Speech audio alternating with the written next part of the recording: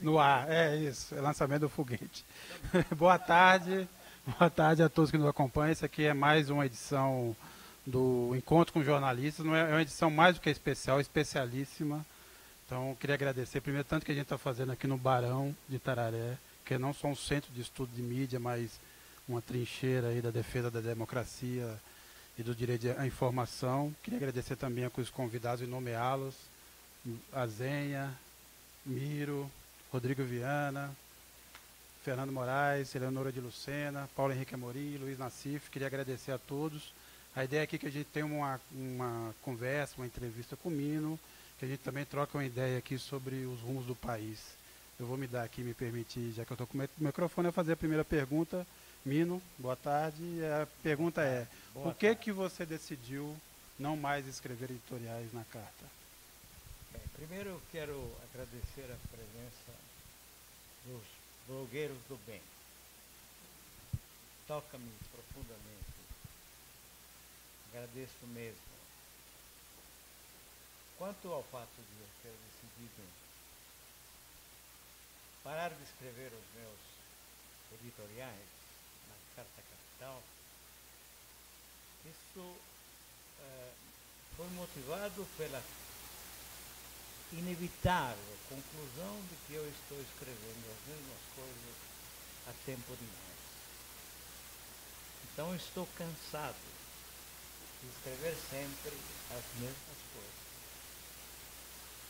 É essa a razão primeira.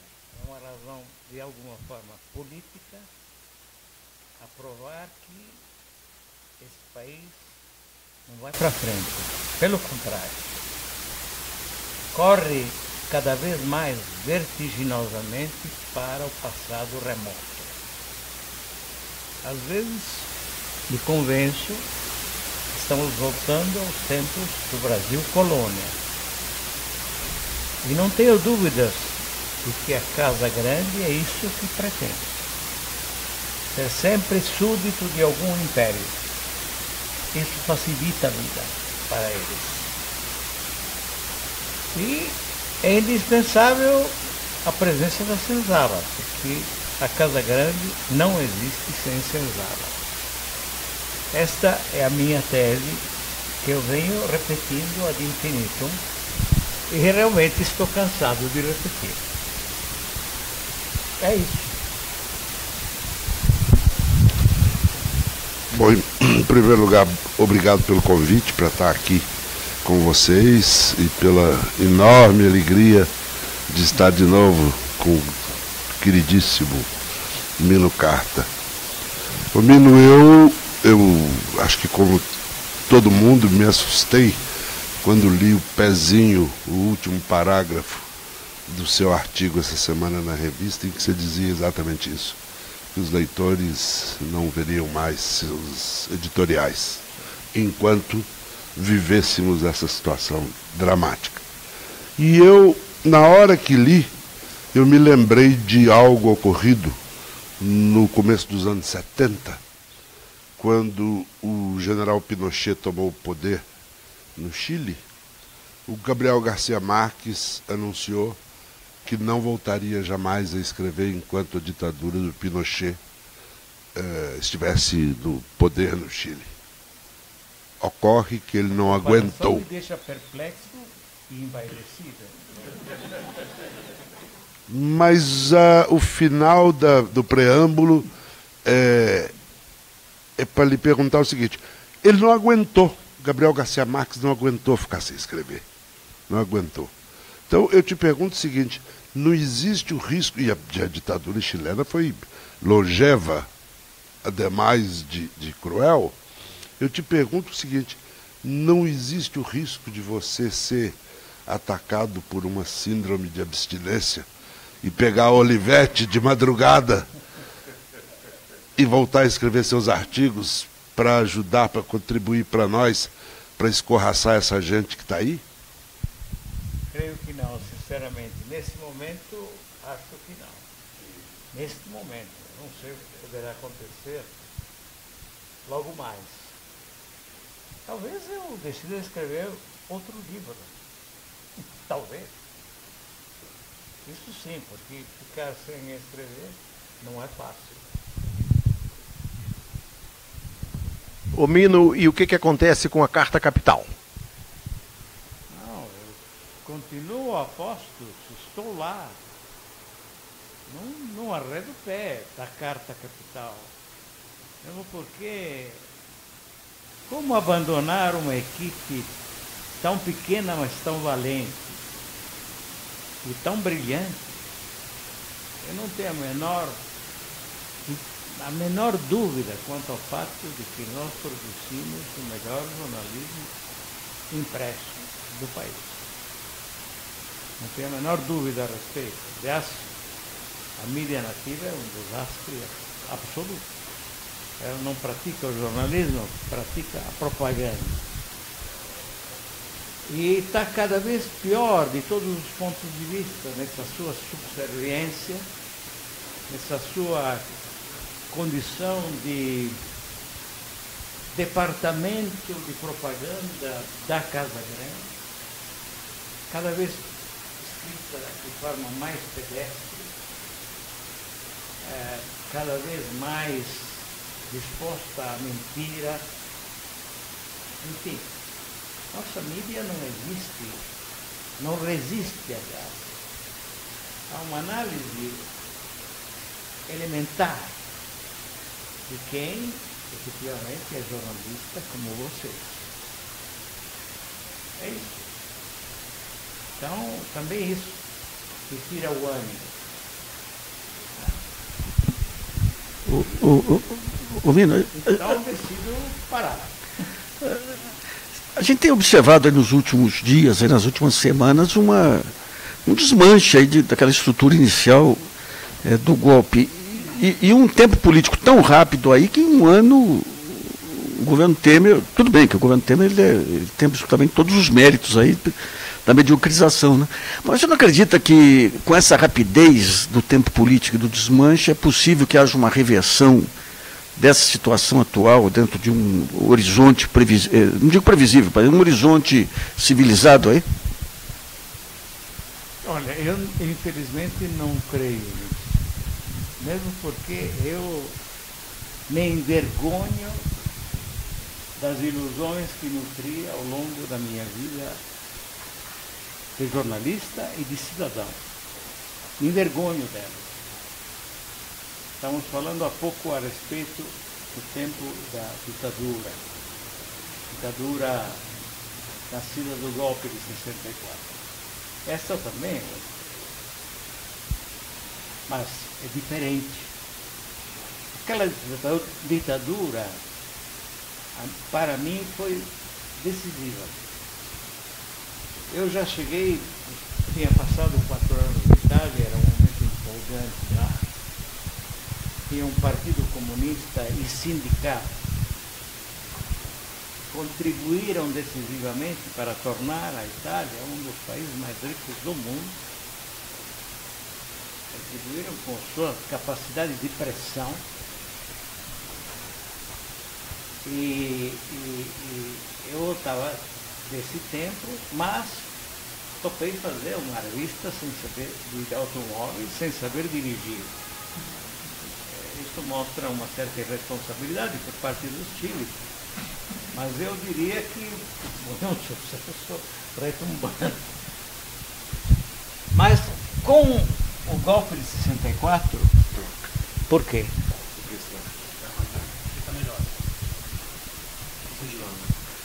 Porque com o golpe de 64, eu entendi que valia a pena ser jornalista. Até então eu tinha raciocinado de outra maneira, em termos de profissão. Em termos ideológicos, não.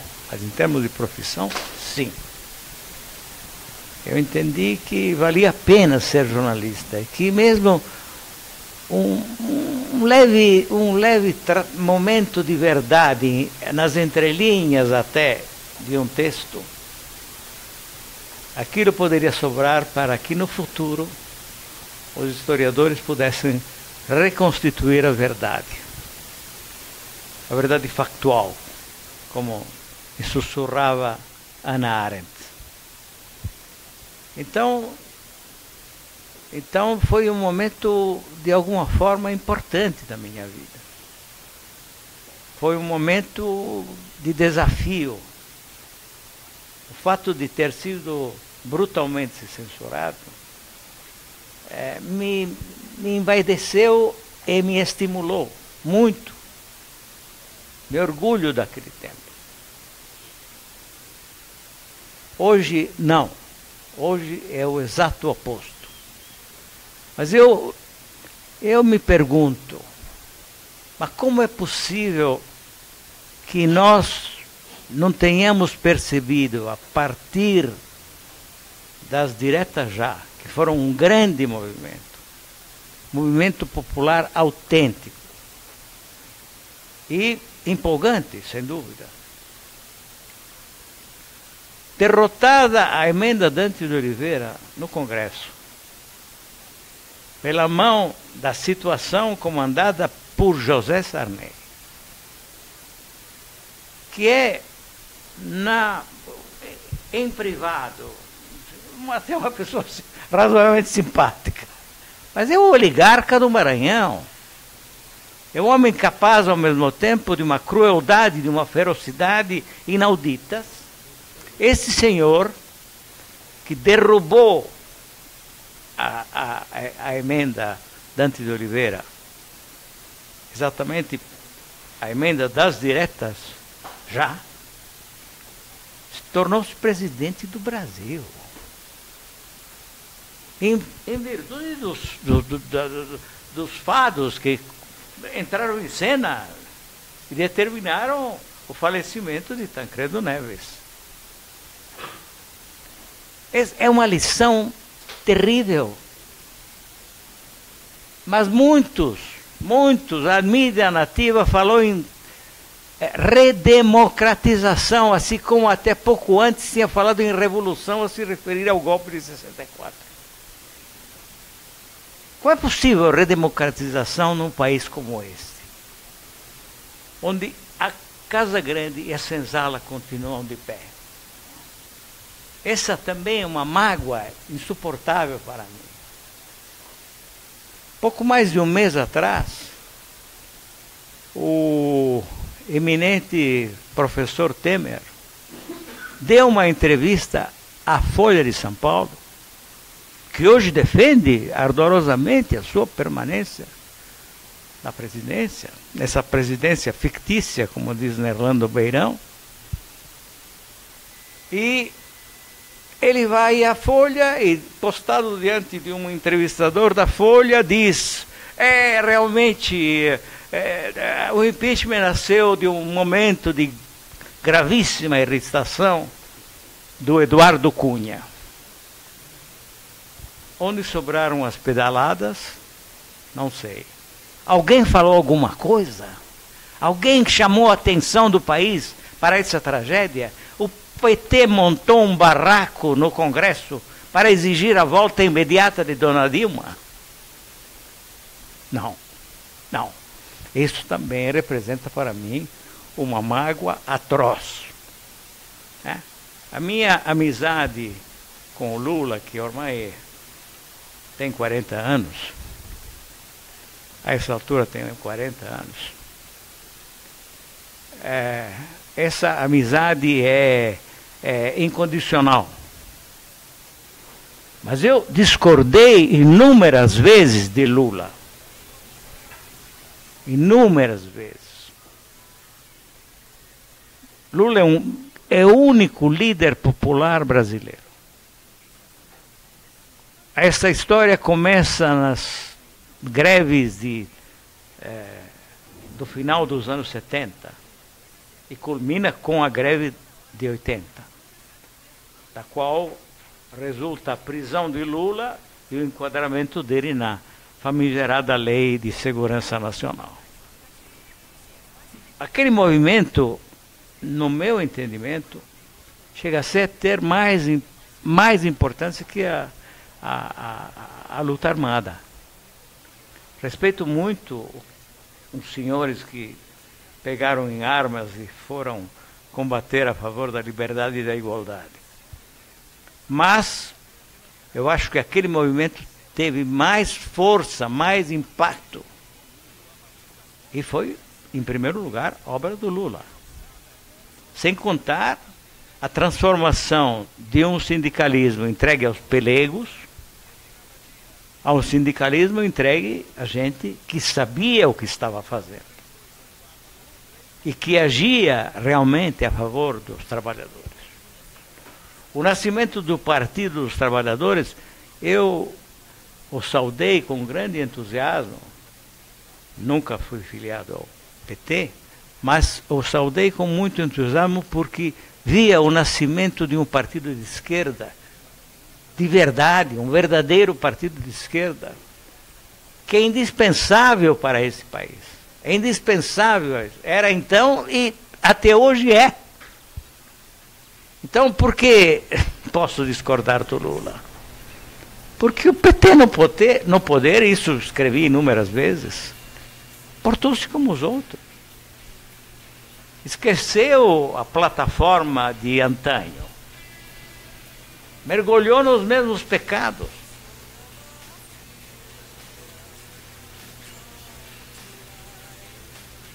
Há uma clara impossibilidade no país da Casa Grande e Senzala de estabelecer a menor possibilidade de conciliação. No Brasil, só a conciliação das elites. Só existe esta e não existe outra. Assim como eu ouvi recentemente Ciro Gomes falar em acordo, pacto entre capital e trabalho. Totalmente impossível. Totalmente impossível. Esse é um país dominado pelo ódio de classe. Dominado pelo ódio de classe, nutrido, evidentemente, pela Casa Grande.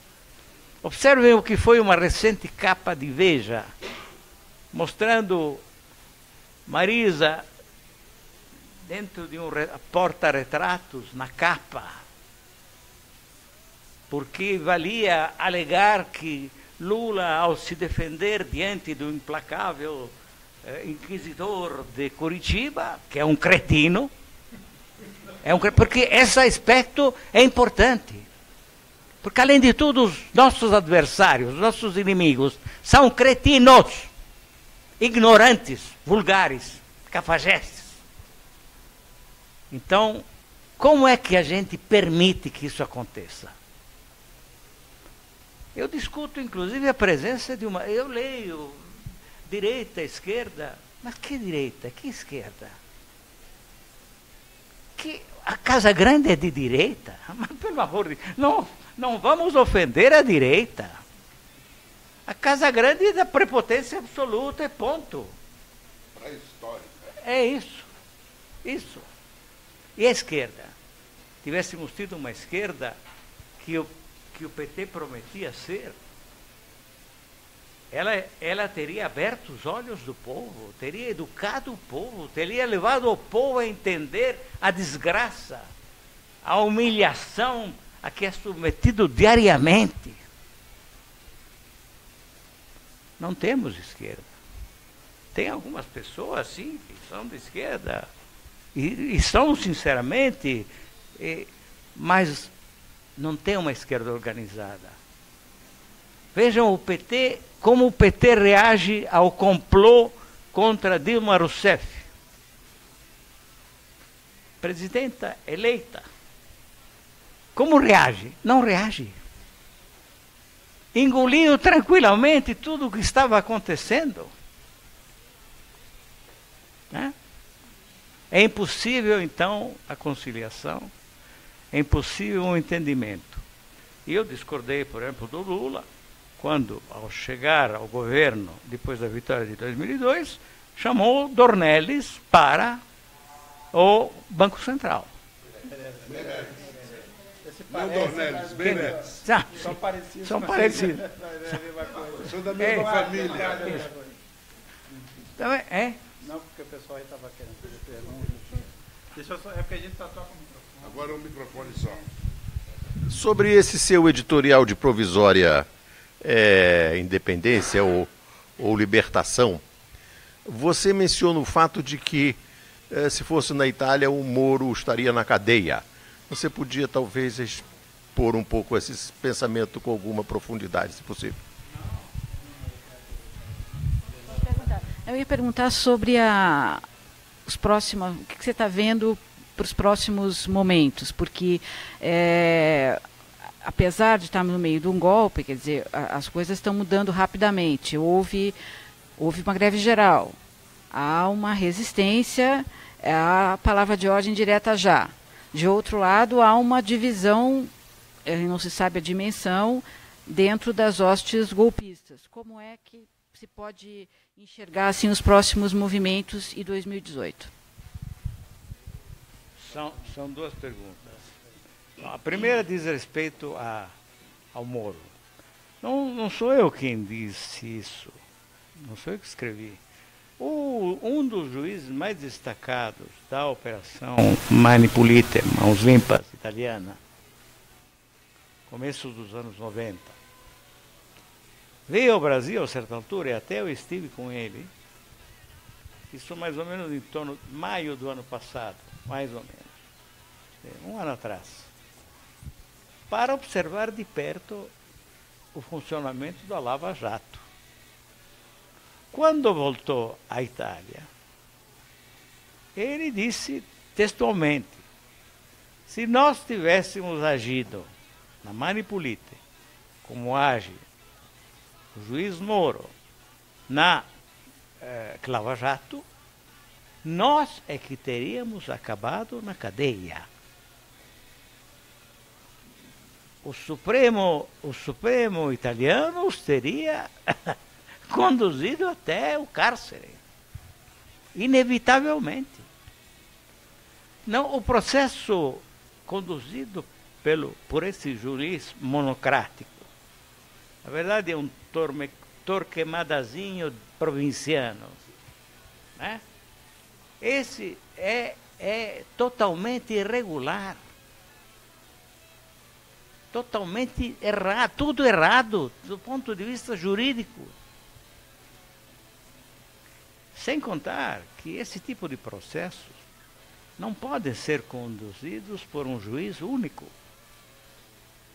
Tem de ser por um colegiado de juízes.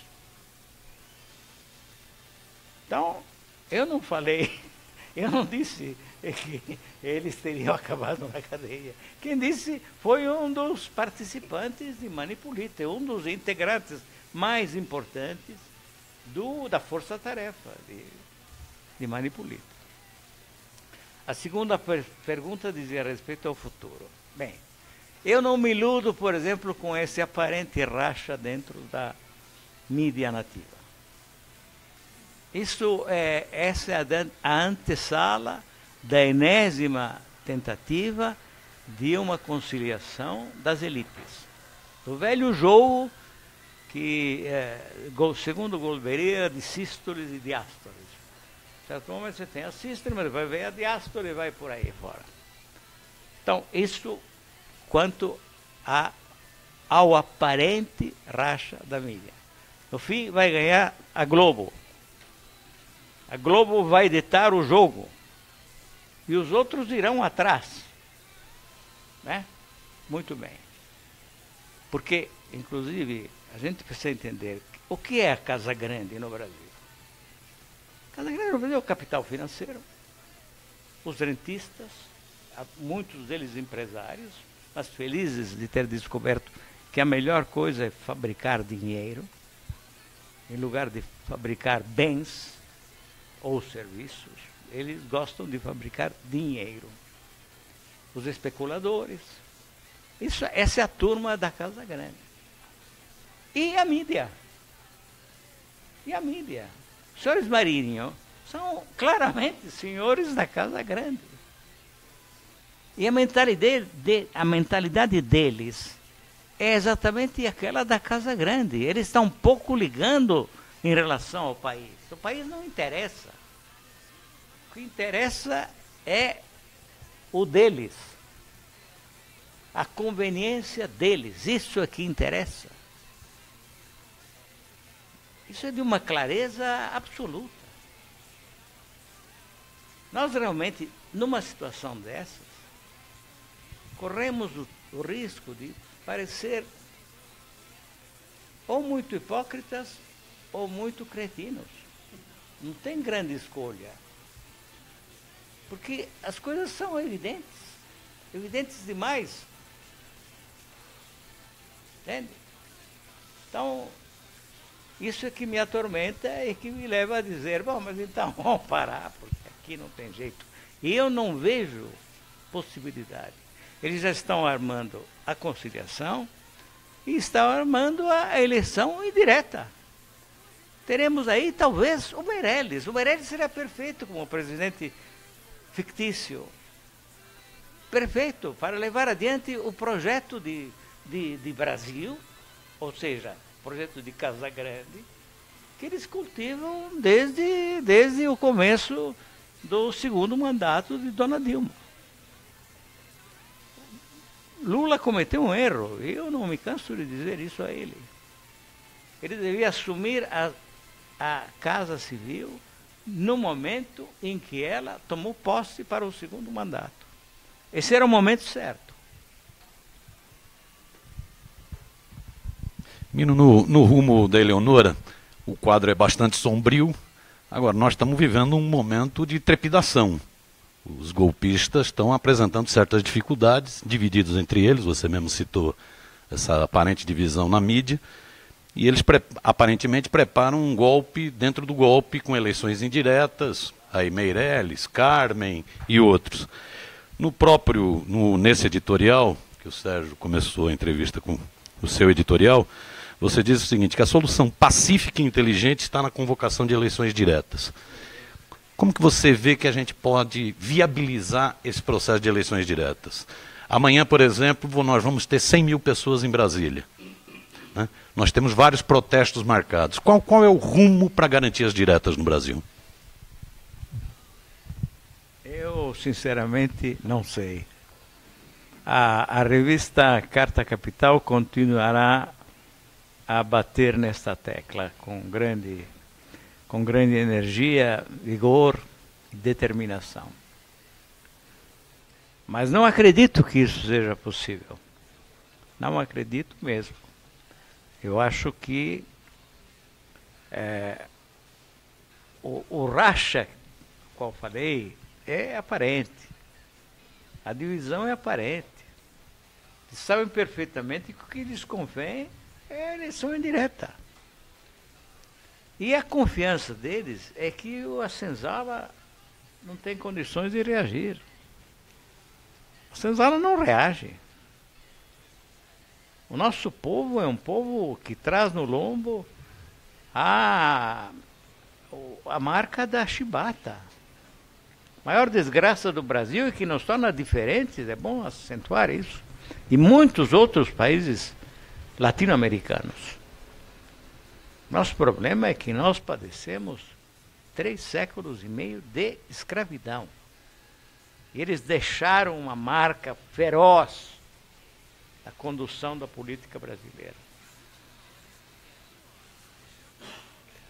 Tem coisas que me irritam e que me levam a parar de escrever.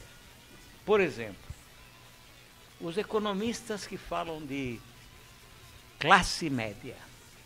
Mas classe média no Brasil estão se referindo a quem? A uma minoria privilegiada, em comparação à maioria desgraçada. Classe média está no meio do quê? De um deserto.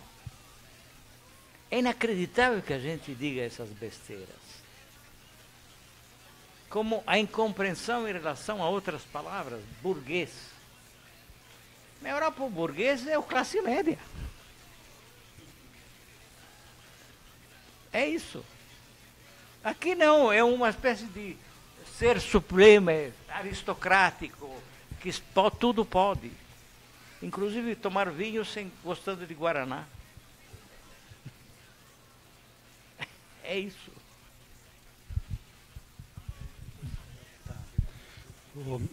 Mino, A gente está aqui numa conversa jornalística, política, e acho que você tem a noção que você também é um símbolo no jornalismo para muitos de nós. Por isso que acho que aqui também, essa conversa também é um apelo para que você, ao longo das próximas semanas, reconsidere a sua decisão e volte a escrever. Não é isso? Mas, claro, a gente também entende e compreende que depois de uma carreira tão longa, você tem os seus motivos para fazer essa pausa e tem, inclusive, direito de parar e ver o que está acontecendo, é evidente. Mas a minha pergunta é voltar à divisão, que você falou que é uma falsa divisão. Muita gente nos últimos 5 dias está tentando entender por que a Globo foi com tanta voracidade para cima do governo Temer. Porque, afinal, o Temer estava aos pouquinhos entregando o que era necessário para a Casa Grande, o sistema financeiro, as reformas no Congresso, né? Por que a Globo foi para cima do Temer? E você vê que os jornais, a Folha e o Estadão, estão indo com o pé um pouco atrás. Você tem uma avaliação sobre isso? Por que essa pressa para derrubar o glorioso Michel Temer? Para a Globo, a solução das indiretas, ao levar para essa presidência fictícia alguém como Meirelles, ou Flávio Carmen Lúcia, claro, quem sabe até Fernando Henrique, esse gênio brasileiro, um cretino, é o enésimo cretino. Ou será que não perceberam até agora? Quem lê um livro do Fernando Henrique? Ninguém lê um livro do Fernando Henrique. Por que ele goza desta fama? Por que ninguém se perguntou como um professor universitário pode ter um nababesco apartamento e uma fazenda adquirida em companhia de uma pessoa bastante estranha, chamada Jovelino Mineiro? Como é que o filho se porta, o filho de Fernando Henrique Cardoso? Aconteceu algo em relação a isso tudo? Não, mas nem se fale. Bem, então, eu vejo as coisas muito complicadas e acho que a Globo é aquela que vai ditar a regra ao cabo, e haverá uma eleição indireta, e vão botar ali alguém de confiança. Leiam o arguto fenomenal Hélio Gaspari. Leiam, por favor. Ele diz que é melhor com Temer do que sem Temer, mas não dizia isso 2 anos atrás, falando de Dilma Rousseff. Realmente teria sido melhor deixar a Dilma ali. Teria sido melhor. Melhor com Dilma do que sem Dilma. Agora essa é a tese, entende? Por quê? Porque por parte desses jornais existe uma dúvida atroz. Será que receberemos toda essa publicidade com que nos brinda o senhor Temer? Será que seremos tão felizes como podemos ser nesse momento? Otavinho Frias é um outro cretino, como era Roberto Civita. Esses patrões são idiotas, incultos, vulgares, primários. Temos que entender isso. Mas nós somos um pouco culpados, todos nós, por essa situação. O Mini, você falou sobre o fato de que o PT não fez a mobilização que deveria ter feito no início, assim que houve o impeachment, que seria o de volta Dilma. Como é que você vê isso diante dessa campanha do PT que é voltada para diretas já e não para a anulação do impeachment, que é uma divisão grande que existe, inclusive aqui no grupo de esquerda? Muita gente achando que o PT deveria, na verdade, fazer uma campanha. Você acha que isso tem relação com o fato de que há indícios que o Lula queria sair candidato na reeleição da Dilma? De que o PT se voltou especialmente para defendê-lo das acusações na justiça? E aí, complementando, porque é a minha primeira pergunta, você acha que o Lula, nesse momento, há fofocas de que ele foi para Brasília negociar o futuro, etc. e tal, você acha que o Lula participa desses acertos de bastidores? Sinceramente, não sei. Como eu disse, a minha amizade com o Lula é incondicional. Mas realmente não tenho informações a esse respeito. Eu posso dizer que Lula, em momento algum, pensou em assumir a candidatura da Dilma. Isso eu sei com absoluta segurança. Acho que ele errou ao não assumir a Casa Civil, tão logo ela assumiu o segundo mandato. Foi levada ao segundo mandato. Foi levada. Ela assumiu efetivamente o segundo mandato. Ela foi empossada pela segunda vez. Aquele era o momento em que ele deveria ter assumido a Casa Civil.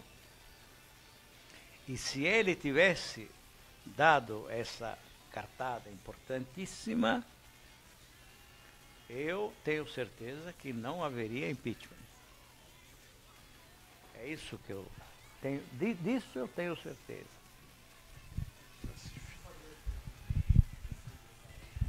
Ô, Mino, quer dizer, apesar desse predomínio da Globo aí, nas últimas décadas a gente teve, digamos, a cartelização envolvia também a Editora Abril, com a Veja, o Estadão e a Folha.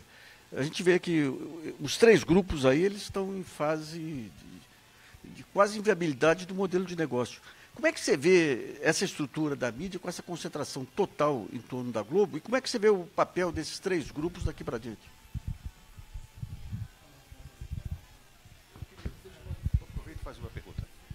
Ô Mino, nesse editorial de provisória suspensão das suas atividades na Olivetti, você fala sobre um fato que não é privilégio da Carta Capital, que são as dificuldades financeiras de todas as publicações do país. Nós todos sabemos que todas as publicações e todas as mídias vivem o problema da falta de publicidade. Não. Nós,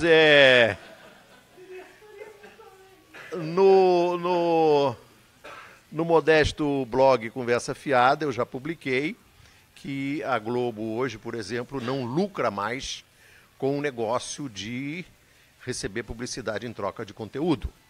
A Globo hoje ganha dinheiro com o que ela põe na TV por assinatura e, sobretudo, como você observou muito bem, ganha dinheiro nos juros. Então, as dificuldades da Carta Capital são específicas, mas não são únicas. Então, eu gostaria que você trata... Sim, mas deixa eu concluir.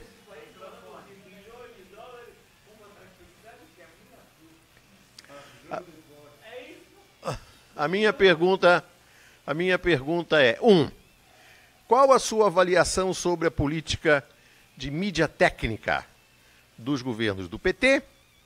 E talvez com a ajuda do Sérgio Lírio, você pudesse dizer quais são as providências que a Carta tem tomado para superar essa fase de provisória dificuldade financeira.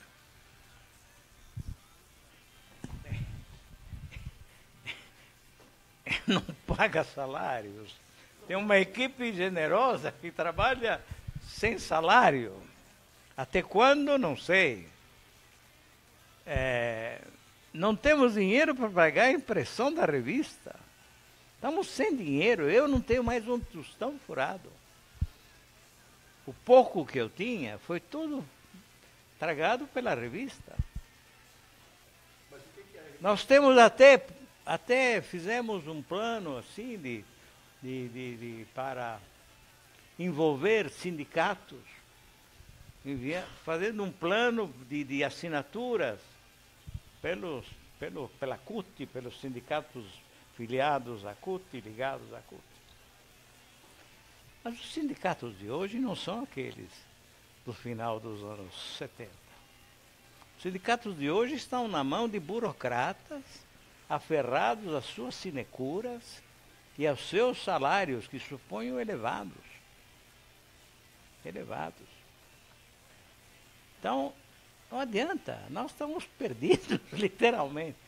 Observem, falando com clareza, 1,5 milhão de reais como capital de giro, nós deixaríamos perfeitamente à vontade. enquanto se fala em bilhões, 1,5 milhão de capital de giro bastaria para nos deixar tranquilos. Essa é a situação da revista, não dá para comparar. Você acha que o Estadão vive esse problema terrível? É claro, se faltar a publicidade do Temer, vai ser chato. Se faltar para a Folha, mas é lógico, além de tudo. Mas e o que a imprensa, o Sérgio fez recentemente, um trabalho muito interessante de assinatura, talvez fosse interessante a gente divulgar. Vou falar rapidamente que, na verdade, o projeto continua de pé. Ele começou faz pouco tempo, está num ritmo muito interessante. O que a gente está fazendo é criando outras categorias de assinatura, além da tradicional. Tem uma maior participação do leitor. Então, além da revista, a gente está produzindo newsletters e boletins de economia, assinado pelo Beluso, de internacional, que tem várias contribuições de fora. Os leitores têm participado mais, tem um blog, tem voz, vão receber relatórios periódicos das nossas atividades, eles estão muito mais integrados à nossa atividade, muito mais próximos. E sim, como todo esse tipo desse projeto, ele tem um tempo de maturação, né? Ele começou há muito pouco tempo, mas o ritmo está muito interessante de novas assinaturas a partir desse novo projeto. Só que, como bem lembrou o Mino, nós temos um problema agora, nesse momento, que é um problema de fluxo de caixa, basicamente. Não é nem de endividamento, né? Que este projeto, como tem um tempo de maturação, ainda não consegue repor isso. Mas um grande caminho para nos ajudar seria esse, assinar. E tem 3 categorias, uma delas, inclusive, a R$10,90, com um serviço de entrega de produtos que não tem a revista, mas tem outros conteúdos, e seria um bom caminho, né? A gente, na verdade, tenta trilhar o caminho que muita gente está tentando, que é compensar com assinaturas, com a contribuição do leitor, a perda de publicidade, como você bem disse, é generalizada. Mas sobre a mídia técnica, o Mino teria alguma palavra a dar? Isso é que nós fomos perseguidos durante o governo Fernando Henrique Cardoso, que a certa altura, sob a batuta do Andrezinho Matarazzo, nos negava qualquer tipo de anúncio do governo. Quando o Lula se elegeu, me chamou a Brasília. Me disse: Mino, como é que eu posso ajudar? Bom, olha, você pode ajudar com a isonomia. Publicidade do governo para todos, inclusive para a Carta Capital. Naturalmente, os preços das nossas páginas são muito inferiores àqueles, sei lá, da revista Veja. Bem, houve isonomia, mas foi doloroso. 2 aspectos da questão acabaram sendo extremamente dolorosos para nós. O primeiro foi que a SECOM adotou um critério técnico. Havia um certo senhor Ottoni, que era um especialista em nos penalizar pela nossa baixa tiragem em comparação com a fluvial tiragem da revista Veja.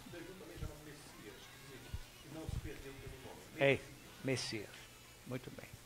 Então, critério técnico que na Inglaterra teria fulminado, como eu escrevi no meu editorial, a revista The Economist, que também é uma revista considerando os padrões europeus, de tiragem pequena. No entanto, é aquela que toda segunda-feira está na mesa dos primeiros ministros, dos grandes empresários, dos banqueiros do Diabo 4. Bem, aí fomos penalizados. Enquanto os colegas, ponto de interrogação, entre parênteses, os demais colegas da mídia nos apontavam a execração pública porque éramos uma revista chapa branca. Especialmente o Fernando Rodrigues. Não, mas tem outros. Não sei, Fernando, nem sei quem é. A gente mal sabe quem é, mas ele militou nesse campo muito importante. Sim, mas um gênio do jornalismo chamado Alberto Dines era muito constante na denúncia. É do seu tempo, é do seu tempo, é do seu tempo. Esse era a especialidade na acusação. É uma das pessoas mais invejosas e rancorosas que eu posso imaginar, que passaram pela minha vida, mas sempre ouvi pouco, felizmente. Um dedo duro pós-64, condecorado pelo almirante Rademacher em praça pública, talvez pelos serviços prestados, vaidoso além da conta. Enfim, mas não importa. Celebrado como um jornalista importantíssimo na história do Brasil, não sei porquê. Dizia dele o Milor, finalmente, quando ele ganhou o prêmio Cabot Lodge, que é um prêmio dado pelas casas grandes do mundo, né? E aí ele foi recebê-lo. E o Milor Fernando escreveu, finalmente temos um jornalista cabotino. Mas enfim. Então, mas certo. Mas o meu irmão é imortal, como o Zuenir Ventura. Eles são imortais. Não. Pois é, a mídia técnica nos penalizou brutalmente. A certa altura, chega a dona Dilma e chama a senhora Chagas para a SECOM, que é uma empregada da Globo. E a SECOM virou a antessala da Globo. Eu me convenço que o PT adora a Globo. Eles gostam da Globo, assistem toda noite, o pessoal do PT toda noite assiste o Jornal Nacional. E toda noite eles estão ali esperando a notícia. É isso. Bom, sem falar aqueles programas da manhã das 8 horas, do café da manhã, do breakfast. Aqueles programas, aquelas entrevistas matinais. Tem um efeito extraordinário. E uma páginas amarela. Quem me encanta, por exemplo, é o senador Humberto Costa. Esse foi as páginas amarelas, senador do PT. Ele disse, mas vamos parar de falar em golpe, disse a Veja, extasiada. Ninguém dentro do partido toma qualquer providência em relação a esses pilantras, a esses canalhas. Então, por que eu haveria de esperar que aconteça algo positivo no curto ou no médio prazo? A longo prazo, nem sei, porque... Bom, eu não estarei nem a médio presente, mas enfim, o Brasil é um caso perdido. Perdido. Não tem jeito. Tem a pergunta do Nassif, que é só se sobrar for a Globo. É mais ou menos isso, né? Resumindo aqui, se sobrar... Concentração do mercado.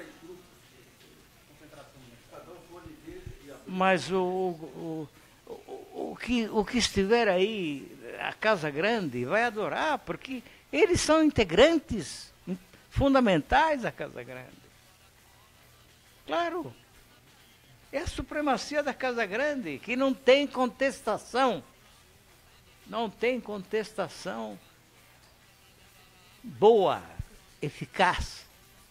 Eu acho que o protesto contra coisas fundamentais para o cidadão brasileiro, como aposentadoria, enfim, carteira de trabalho, coisas efetivamente fundamentais e que podem provocar um certo desconforto popular, produzir até manifestações fluviais ou uma greve que funcionou, embora negada pela mídia nativa, não funcionam para outras coisas. E eu me pergunto, será que eles não estão certos? Será que quem não manifesta a favor de direta já não é compreensível no seu distanciamento da realidade dos fatos? Porque incapaz, inclusive, de perceber até onde chega a humilhação a qual ele é diuturnamente submetido.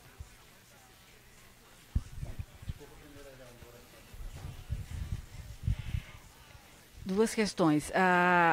O golpe, uma das linhas mestras do golpe é a questão da desnacionalização.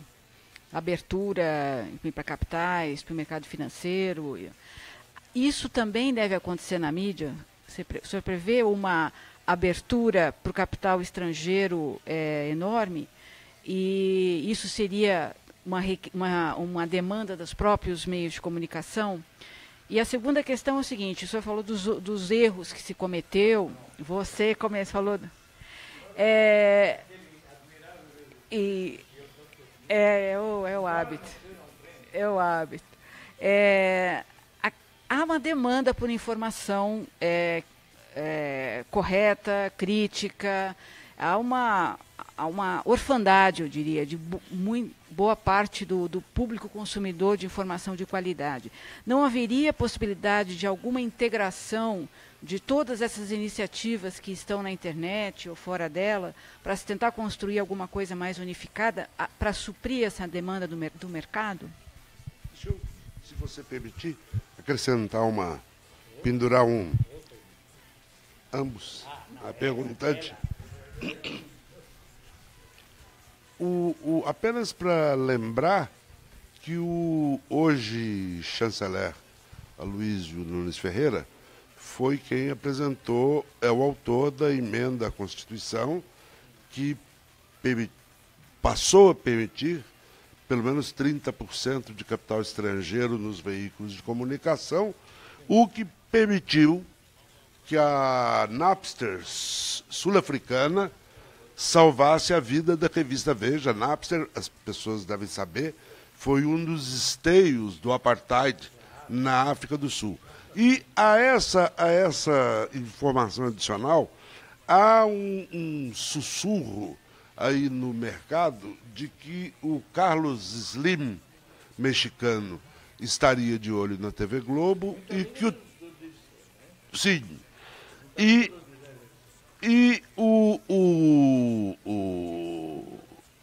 Além do Slim de olho na Globo, o Turner.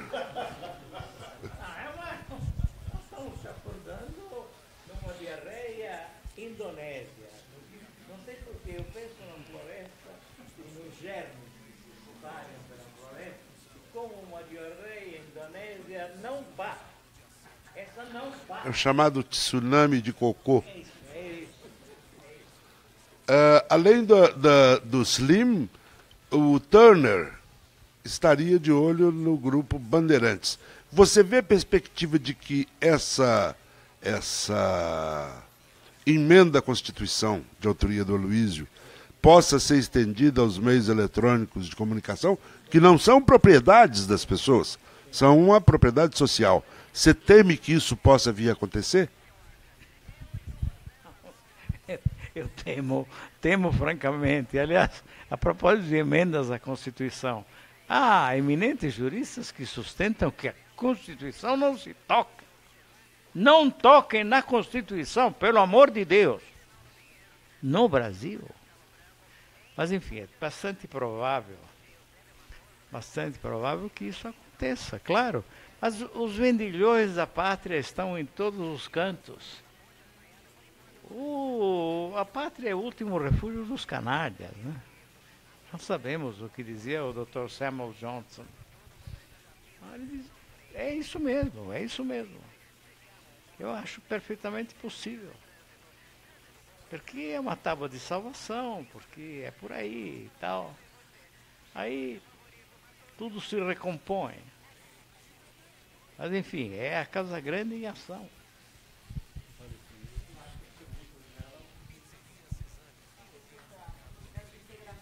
Não, eu acho que sim. Eu acho que a internet, que eu não frequento por absoluta ignorância e pelo temor de ser engolido por ela, né?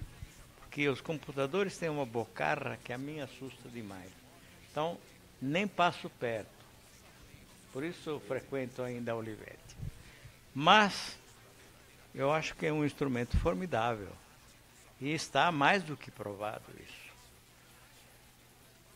Então, entendo que essa integração com o mesmo propósito, mas conduzida, a meu ver, não somente com competência, mas também com o reconhecimento das nossas falhas, com o reconhecimento honesto e justo dos problemas que nos afligem. Deixando de falar em esquerda e direita, quando não há de falar, em classe média, usando os termos próprios. Eu acho que sim, uma integração seria muito importante e poderia trazer resultados válidos, resultados muito bons para quem defende, em primeiríssimo lugar, a igualdade. Porque esse é o problema do país. A desigualdade monstruosa, inaceitável, insuportável, velhaca, terrível. E é nela que se estabelece a Casa Grande. Não, na verdade não é uma pergunta, não é só uma informação. Primeiro uma observaçãozinha, os governos Lula e Dilma se caracterizaram pela tal da mídia técnica e pela tal da expressão republicano, que Fernando Moraes detesta, né? Muito republicano.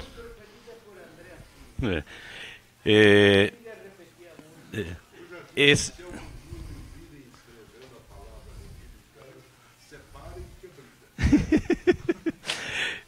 no caso do Temer. Sim. No caso do Temer, do Judas, ele não levou muito em conta nem mídia técnica, nem republicanismo. O Miguelzinho do Rosário, do blog Cafezinho, fez um levantamento, apresentou ontem, a publicidade da revista Isto É, que alguns chamam de Quanto É, subiu 1.384% em 12 meses. E a publicidade da revista Olha, também chamada de Veja, subiu 489%. Né? É a maluquice da mídia técnica. Eu não estou com dado aqui, mas 120 e poucos por cento. Mas o que eu queria não era nem isso, era só uma observaçãozinha. Eu acho, você falou aí do movimento sindical, eu queria dar uma ponderada. Eu acho que o movimento sindical brasileiro já percebeu que essa mídia empresarial, essa mídia, esses grandes grupos de mídia são inimigos declarados de direitos trabalhistas, direitos sindicais e tal. E eu acho que o movimento sindical brasileiro está atento a isso, tem uma resistência grande. E eu acho que o movimento sindical... E eu acho, viu, Mino? Agora eu acho, viu, Mino, que eu acho que o movimento sindical devia ficar atento para a importância da Carta Capital. Isso foi o papo que eu tive antes da gente começar aqui com o Sérgio. Eu acho que o movimento sindical devia, de imediato, desencadear uma campanha, aí, independente de centrais, para...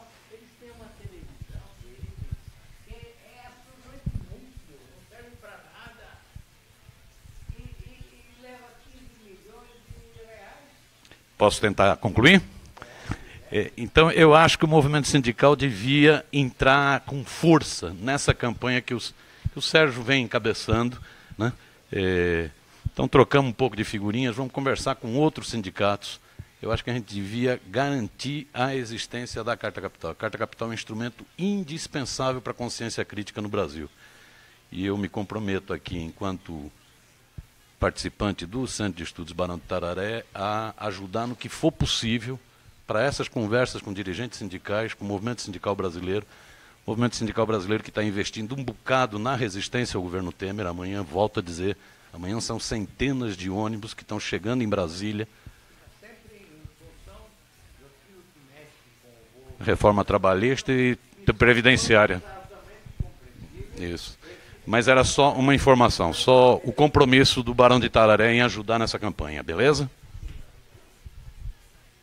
Mino, você expressou a sua decepção com algumas coisas relativas aos governos Lula e Dilma, especialmente na questão da mídia técnica, mas você também falou sobre o fato de que talvez o Lula devesse ter assumido a Casa Civil na Dilma. Você também falou sobre o Carlos Slim ser amigo do Zé Dirceu. Eu acho que a gente está... E o Daniel Dantas. Sim. O Daniel Dantas também. Então a pergunta é, por que apostar nesse projeto em 2018? Nesse mesmo projeto em 2018? Quem? A esquerda, apostar no mesmo projeto em 2018, do PT, do Lula. Por que a esquerda deve se organizar em torno do projeto do Lula, se vai ser provavelmente uma reprise do que nos decepcionou? Eu acho que o Lula... Ele disse uma frase importante recentemente. Eu estava presente quando ele a pronunciou. E a frase me deixou bastante satisfeito. Agora eu sei quem são os meus amigos. É isso. É isso. Ele sabe quem são os inimigos. Como? E os inimigos, ele sabe quem são? Não, mas isso é fácil. É fácil descobrir, enfim. Tem alguns que estão na cara. Não.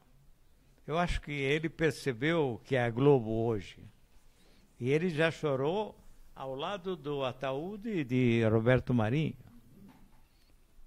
Então, ele já sabe onde está hoje a Globo e o que representa neste país da Casa Grande da Senzala. Isso não tem dúvida. Fora o Lula, que outras lideranças no campo, vamos dizer, popular, no campo da centro-esquerda, no campo democrático, você acha que outras lideranças poderiam ter esse papel de enfrentar essa onda conservadora que vem por aí? Muita gente cita o Ciro Gomes. Conservadora não, fascista. Fascista, a onda fascista. Mas que conservadora? Conservadora era o Churchill. Era o Churchill. Não, pelo amor de Deus. Esse é o ponto no qual nós erramos. Esse é um país único na sua desgraça. Não existe outro igual. Entre os países tidos como, diga-se, um país que deveria ser uma potência mundial, um país que é favorecido pela natureza de uma forma inacreditável. Um país onde os capitalistas ainda não entenderam que o povo é um tesouro, como as benesses oferecidas pela natureza. Os capitalistas nem entenderam aquela remota lição do Ford, que Gramsci chamava de Fordismo. Não entenderam isso, porque é um bando de cretinos. E, para não dizer outra palavra que me venha imediatamente à mente, mas já falei recentemente uma palavra forte e prefiro não falar a segunda. Mas que outras lideranças você vê? Não, eu tenho muito apreço pelo Boulos. Boulos. Eu acho que o Boulos é uma liderança muito interessante, informação. Acho que o Stedley poderia ter sido, mas hoje é menos importante do que já foi. O Limberg Farias é outro que poderia crescer, a meu ver. Desde que entendesse qual é o problema real. São lideranças possíveis. Deixa eu aproveitar, pegando até um pouco do ponto do Azenha, vamos falar menos em lideranças, menos em pessoas e mais em projetos. Quer dizer, o que deveria ser um projeto para esse campo progressista para disputar o poder novamente? Vou citar um caso recente, porque tem se tentado coisas, né? Recentemente a gente teve um documento capitaneado pelo Bresser Pereira, uma tentativa de organizar algum pensamento ali, pelo menos um pensamento econômico. Mas quais deveriam ser as bases desse projeto para disputar as eleições e se retomando o poder, conduzir o país por um caminho menos atabalhoado? Bom, desde que isso fosse possível, desde que as circunstâncias permitissem, se não eleições diretas já, eleições justas em 18, desde que houvesse a possibilidade do Lula, meu incondicional amigo, apresentar a sua candidatura. Tem muitos desde que pelo caminho, né? Agora, por exemplo, a iniciativa do Bresser, eu tenho o maior respeito pelo Bresser há muito tempo, de resto. Mas a descoberta é esta: nós precisamos de um New Deal. A descoberta final é essa. Precisamos de Roosevelt. Mas cadê Roosevelt? Cadê os Estados Unidos pós-29? Onde estão? Isso não leva a nada. Sim, precisamos de um New Deal. É o que diz o Ciro Gomes. Um acordo capital-trabalho. Os pactos de la Moncloa. Mas isso é sério? É possível? Não. Como alento, como anseio, melhor ainda. Está perfeito. Ninguém discute. Né? Recordo uma entrevista do Lula durante a campanha da Dilma. A entrevista que eu fiz com ele. E ele dizia: não, o que precisamos é de investimento. O povo é o nosso tesouro. Nós temos de criar um mercado interno. Isso ele dizia. Então, é o New Deal, é o acordo entre capital e trabalho. Isso é possível? Eu, no fundo, duvido muito. Acho que a gente está aqui já há mais de 1 hora. Se alguém tiver alguma última pergunta, senão eu vou encerrar aqui. Não, infelizmente não, porque a gente já está com o tempo. Eu vou encerrar. Encerrar isso. Deixa o senhor fazer a pergunta dele. Sim, no microfone. Eu sou Leonardo Vieira, assessor de Relações Internacionais da CUT. E a pergunta é a seguinte: primeiro, tem sido feito muitos memes sobre o Aécio cheirador, né? E é sempre nessa coisa jocosa, né? E a questão de fundo, que é narco, tráfico e política no Brasil, que está chegando a galope, né? Isso é uma amiga que pediu. E a segunda é o personagem que eu acho que a gente esquece, quando a gente fala muito em Casagrande e Senzala.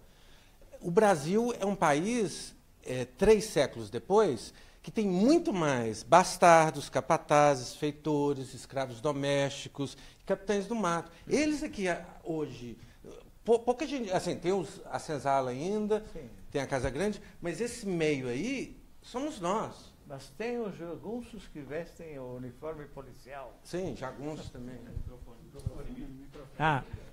Mas tem os jagunços que vestem hoje o uniforme policial. Bem, então é isso. Eu queria agradecer. Primeiro fazer o agradecimento que eu tinha me esquecido no início. Peço desculpas à Fundação Perseu Abramo, que foi responsável por essa transmissão. Agradeço novamente ao Barão de Itararé, ao Miro, pelo espaço cedido, por essa conversa. Agradeço a presença de todos. Espero que tenha sido uma tarde proveitosa, uma conversa boa. Mino, obrigado. Então, estamos encerrando aqui a transmissão. Até a próxima. Quem agradece sou eu, né?